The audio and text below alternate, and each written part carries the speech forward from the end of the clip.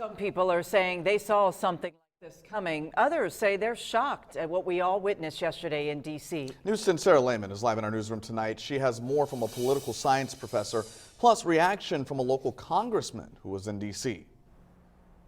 Patrice Rondrell, this was the first time since 1814 that the United States Capitol building has been breached. Back then, it was British soldiers during the War of 1812. Now, Stephen Webster is a political science professor at Indiana University. He specializes in anger in politics and what that looks like. He says he wasn't really surprised when he saw what was happening. Webster says tensions had been growing across the country politically for a long time. Now, after the protests and riots from last night, many Democrats and Republicans are talking about a second impeachment or invoking the 25th Amendment, which would remove President Trump from office. Vice President Mike Pence would take his position until President-elect Joe Biden was inaugurated. He says many of these things we have not ever seen in American history. That a sitting president is challenging the legitimacy of an election. The fact that we see the Capitol stormed by these protesters, talk of the 25th Amendment, talk of a second impeachment. I mean, this really is uncharted waters. Meanwhile, Illinois and Indiana state leaders were in D.C. during the riots yesterday. Indiana Congressman Larry Bucshon told me he was in lockdown all day.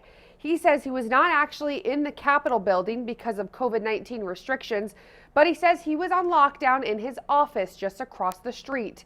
Congressman Bucshon says the actions that took place should be condemned and that they should not and cannot be tolerated. Bucshon says before the break-in at the Capitol, he was planning on objecting two of the state's election results to, quote, prove a point and continue the conversation of local and state election issues. But he says after he saw what happened, he changed his course and did not object. Bucshon says he believes what President Trump said at his rally on the national lawn earlier that day helped to incite what happened. He says that is not how America settles political disputes. In America, we have a peaceful transition of power. We settle our political disputes at the ballot box with a vote of the American people. We settle our disputes in the Congress with heated debate with our friends many times.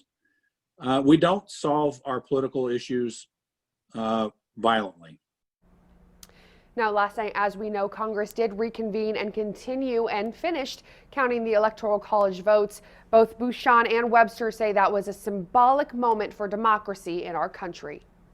Reporting live in the newsroom, I'm Sarah Lehman, News 10. Back to you.